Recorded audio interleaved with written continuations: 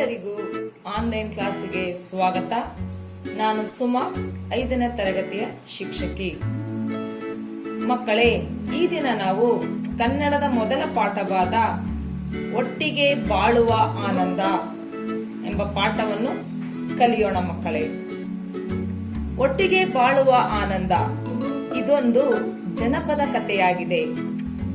ಜನಪದ ಎಂದರೆ ಜನರು ತಮ್ಮ ಅನುಭವದಿಂದ ರಂಜನೆಗಾಗಿ, ನೈತಿಕತೆಗಾಗಿ ತಾವಾಡುವ ಭಾಷೆಯಲ್ಲಿ ರಚಿಸಿ ಉಳಿದು ಬಂದಿರುವ ಸಾಹಿತ್ಯವಾಗಿದೆ. ಮಕ್ಕಳೇ, ಈ ಪಾಠವನ್ನು ನಾವು ಪ್ರಾರಂಭಿಸುವುದಕ್ಕಿಂತ ಮೊದಲು ಪದಗಳ ಅರ್ಥವನ್ನು ನೋಡಿಕೊಳ್ಳೋಣ. ರೈತ, ಬೇಸಾಯ ಮಾಡುವವನು. ಕಂಟಕ, ಕೇಡು, ವಿಪತ್ತು, ಜಗಳ, ಕಲಹ, ಜಂಭ, ಗರ್ವ, ಒಣ ಆಡಂಬರ, ವಿಭೂತಿ, ಭಸ್ಮ, ಬೂದಿ, ಹಿಕ್ಕೆ, ಅಕ್ಕಿಗಳ ಮಲ. ಈ ಒಟ್ಟಿಗೆ ಬಾಳುವ ಆನಂದ ಪಾಠದ ಒಂದು ನೀತಿ ಏನಂತ ಹೇಳಿದ್ರೆ, ಒಗ್ಗಟ್ಟಿನಲ್ಲಿ ಬಲವಿದೆ. ಎಲ್ಲರೂ ಒಟ್ಟಾಗಿ ಬಾಳಿದರೆ ಎಲ್ಲರೂ ಸುಖವಾಗಿ ಇರಬಹುದು. ಓಕೆ ಮಕ್ಕಳೇ, ನಾವು ಪಾಠ ನೋಡ್ಕೊಳ್ಳೋಣ. ನಾನು ಹೇಳಿದ ಹಾಗೆ ಜನಪದ ಎಂದರೆ ಜನರು ತಮ್ಮ ಅನುಭವದಿಂದ ರಂಜನೆಗಾಗಿ, ನೈತಿಕತೆಗಾಗಿ ತಾವಾಡುವ ಭಾಷೆಯಲ್ಲಿ ರಚಿಸಿ ಉಳಿದು ಬಂದಿರುವ ಸಾಹಿತ್ಯ ಇದಾಗಿದೆ. ಇದರ ಕರ್ತೃಗಳು ಅಂದ್ರೆ ಇದನ್ನು ರಚಿಸಿದವರು, ಇದರ ರಚನಾಕಾರರು, ಈ ಜನಪದ ಕಥೆಗಳ ರಚನಾಕಾರರು ಯಾರಂದ್ರೆ ಸಾಮಾನ್ಯ ಜನರು.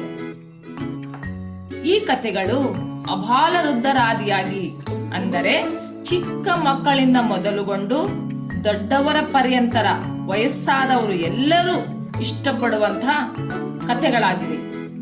ಎಂತಹ ಕಠಿಣವಾದ ಅಥವಾ ನೀತಿಗಳನ್ನು ಕಥೆಯ ಮೂಲಕ ಹೇಳಿದಾಗ ಕೇಳಿದವರ ಮನ ಮುಟ್ಟುತ್ತದೆ. ಅವುಗಳನ್ನ ಜನಪದ ಕಥೆಗಳು ಅಂತ ನಾವು ಕರಿತೀವಿ. ಈ ಪಾಠದಲ್ಲಿಯೂ ಸಹ, ಈ ಒಟ್ಟಿಗೆ ಬಾಳುವ ಆನಂದ ಎಂಬ ಈ ಪಾಠದಲ್ಲಿಯೂ ಸಹ ಒಗ್ಗಟ್ಟಿನಲ್ಲಿ ಬಲವಿದೆ ಎಂಬ ಮಾತನ್ನು ಈ ಕಥೆಯ ಮೂಲಕ ತುಂಬಾ ಸುಂದರವಾಗಿ ಹೇಳಿಕೊಡಲಾಗಿದೆ. ಮಕ್ಕಳೇ, ಬೆಳೆಯುವ ಮಕ್ಕಳು ಅಂದ್ರೆ ನೀವು ಈ ಮಾತನ್ನು ನೆನಪಿನಲ್ಲಿಟ್ಟುಕೊಳ್ಳಬೇಕು. ಎಲ್ಲರೂ ಒಟ್ಟಾಗಿ ಬಾಳಿದರೆ ಸುಖವಾಗಿರಬಹುದು. ನಮ್ಮ ನಡುವೆ ಇರುವ ದ್ವೇಷ, ಅಸೂಯೆಗಳನ್ನು ಮರೆತು ಎಲ್ಲರನ್ನೂ ಪ್ರೀತಿಸುತ್ತಾ ಬಾಳಿದರೆ ನಮ್ಮ ಬದುಕು ಸುಖಮಯವಾಗಿರುತ್ತದೆ. ಓಕೆ ಮಕ್ಕಳೇ, ಈಗ ಪಾಠದ ಮುಖ್ಯಾಂಶಗಳನ್ನ ನೋಡಿಕೊಳ್ಳೋಣ. ಈ ಪಾಠದಲ್ಲಿ ಯಾರ್ಯಾರು ಬರ್ತಾರೆ, ಯಾರ್ಯಾರ ಪಾತ್ರಗಳು ಏನೇನಿದೆ ಎಂಬುದಾಗಿ ನಾವು ನೋಡಿಕೊಳ್ಳೋಣ. ಮಕ್ಕಳೇ,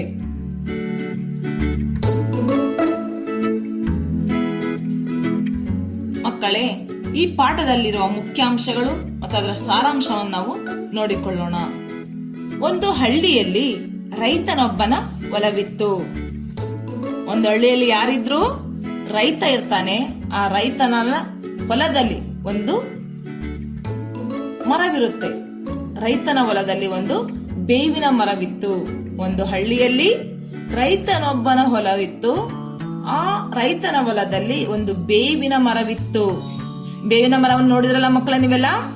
ಅದು ತುಂಬಾ ಮಹತ್ವವನ್ನು ಪಡೆದಿರುವಂತಹ ಮರ, ಔಷಧಿಯ ಗುಣಗಳನ್ನು ಹೊಂದಿರುವಂತಹ ಮರ ಬೇವಿನ ಮರ.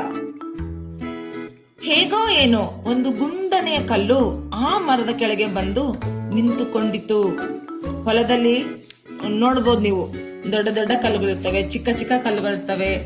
ಸೊ ಅಲ್ಲಿ ಕೂಡ ಒಂದು ಮರ ಇದೆ. ಆ ಮರದ ಕೆಳಗೆ ಒಂದು ಕಲ್ಲು, ಗುಂಡನೆಯ ಕಲ್ಲು. ಹೇಗಿತ್ತು ಕಲ್ಲು ಅಂದ್ರೆ ಗುಂಡನೆಯ ಕಲ್ಲು ಮರದ ಕೆಳಗೆ ಬಂದು ನಿಂತುಕೊಂಡಿತು. ಮರದ ಮೇಲೆ ಕುಳಿತುಕೊಳ್ಳುತ್ತಿದ್ದ ಅಕ್ಕಿಗಳ ಹಿಕ್ಕೆ ಆ ಕಲ್ಲಿನ ಮೇಲೆ ಬಿದ್ದು ಬಿದ್ದು ಬೆಳ್ಳಗಾಗಿ ವಿಭೂತಿ ಬೆಳೆದಂತೆ ಕಾಣಿಸುತ್ತಿತ್ತು.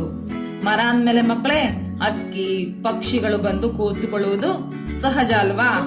ಸೊ ಆ ರೈತನ ಹೊಲದಲ್ಲಿ ಇದ್ದಂತ ಆ ಬೇವಿನ ಮರದ ಮೇಲೂ ಕೂಡ ಹಕ್ಕಿಗಳು ಬಂದು ಕುಳಿತುಕೊಳ್ತಾ ಇದ್ವು.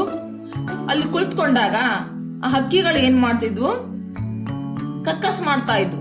ಅವು ಮಾಡಿದಂತ ಕಕ್ಕಸ್ಸು ಹಕ್ಕಿಗಳ ಇಕ್ಕೆ ಆ ಕೆಳಗೆ, ಮರದ ಕೆಳಗೆ ಇದ್ದಂತ ಕಲ್ಲಿನ ಮೇಲೆ ಬೀಳ್ತಾ ಇತ್ತು. ಹೀಗೆ ಅದು ಆ ಮರದ ಮೇಲೆ ಬಿದ್ದು ಬಿದ್ದು ಆ ಕಲ್ಲು ಹೆಂಗ್ ಕಾಣಿಸ್ತಿತ್ತಪ್ಪ ಅಂದ್ರೆ ಬೆಳ್ಳಗಾಗಿ ವಿಭೂತಿ ಬೆಳೆದಂತೆ ಕಾಣಿಸ್ತಿತ್ತು. ವಿಭೂತಿ ಅಂದ್ರೆ ಮಕ್ಕಳೇ ಭಸ್ಮ. ಅವೆಲ್ಲ ನೋಡ್ಕೊಂಡ್ವಲ್ಲ ಪದಗಳ ಅರ್ಥದಲ್ಲಿ.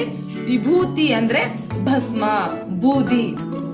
ಸೊ ಇದರಿಂದಾಗಿ ಆ ಹಳ್ಳಿ ಜನ ಏನ್ ಮಾಡ್ತಿದ್ರು, ಆ ಬಿಳಿಯ ಕಲ್ಲನ್ನು, ವಿಭೂತಿ ಬೆಳೆದಂತೆ ಕಾಣಿಸ್ತಿತ್ತಂತ ಆ ಬಿಳಿಯ ಕಲ್ಲನ್ನು ನೋಡಿ ಇದು ಅಮ್ಮನ ಕಲ್ಲು. ಯಾಕಪ್ಪ ಅಂದ್ರೆ ಅದು ಆ ಮರದ ಕೆಳಗಿತ್ತು. ಆ ಮರಕ್ಕೂ ತುಂಬಾ ಮಹತ್ವ ಕೊಡ್ತಾ ಇದ್ರು. ಆ ಕಲ್ಲು ಆ ಮರದ ಕೆಳಗೆ ಇದ್ದಿದ್ರಿಂದ ಅದು ವಿಭೂತಿ ಬೆಳೆದಂತೆ ಕಾಣಿಸ್ತಿದ್ರಿಂದ ಆ ಜನರು ಏನ್ ಮಾಡ್ತಾ ಇದ್ರು, ಅದು ಅಮ್ಮನ ಕಲ್ಲು ಮತ್ತು ಆ ಮರವನ್ನು ಅಮ್ಮನ ಮರ ಎಂದು ಕರೆಯುತ್ತಿದ್ದರು. ಹೀಗೆ ಆ ಹಳ್ಳಿಯ ಜನರು ಆ ಮರ ಮತ್ತು ಕಲ್ಲಿಗೆ ತುಂಬಾನೇ ಗೌರವ ಕೊಡ್ತಾ ಇದ್ರು, ಭಯ ಭಕ್ತಿಯನ್ನ ತೋರಿಸ್ತಾ ಇದ್ರು. ಅವುಗಳನ್ನ ದೇವರ ಸ್ಥಾನದಲ್ಲಿ ಇಟ್ಟು ನೋಡ್ತಾ ಇದ್ರು. ಹೀಗೆ ಯಾರು ಕೂಡ ಆ ಮರದ ಗೊಡವೆಗಾಗ್ಲಿ, ಆ ಕಲ್ಲಿನ ಗೊಡವೆಗಾಗ್ಲಿ, ತಂಟೆಗಾಗ್ಲಿ ಯಾರು ಹೋಗ್ತಿರ್ಲಿಲ್ಲ.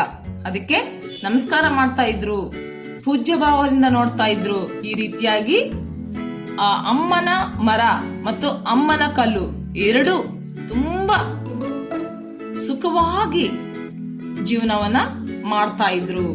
ಯಾರು ಕೂಡ, ಹಳ್ಳಿಯ ಜನರು ಯಾರು ಕೂಡ ಅಲ್ಲಿ ಅವುಗಳ ತಂಟೆಗೆನೆ ಹೋಗ್ತಾ ಇರಲಿಲ್ಲ. ಮಕ್ಕಳೇ ಮುಂದಿನ ತರಗತಿಯಲ್ಲಿ ಈ ಪಾಠದ ಉಳಿದ ಭಾಗವನ್ನು ನೋಡಿಕೊಳ್ಳೋಣ. ನಾನು ಅನ್ಕೊಂತೀನಿ ಇವತ್ತಿನ ಪಾಠ ನಿಮಗೆ ಅರ್ಥವಾಗಿದೆ. ಮುಂದಿನ ಕ್ಲಾಸಿಗೆ ಬರುವ ತನಕ ಮಾಡಿದಂತ ಪಾಠವನ್ನ ಚೆನ್ನಾಗಿ ಓದಿಕೊಂಡು ನೆಕ್ಸ್ಟ್ ಕ್ಲಾಸಲ್ಲಿ ಮತ್ತೆ ಭೇಟಿಯಾಗೋಣ ಮಕ್ಕಳೇ. ವಂದನೆಗಳು.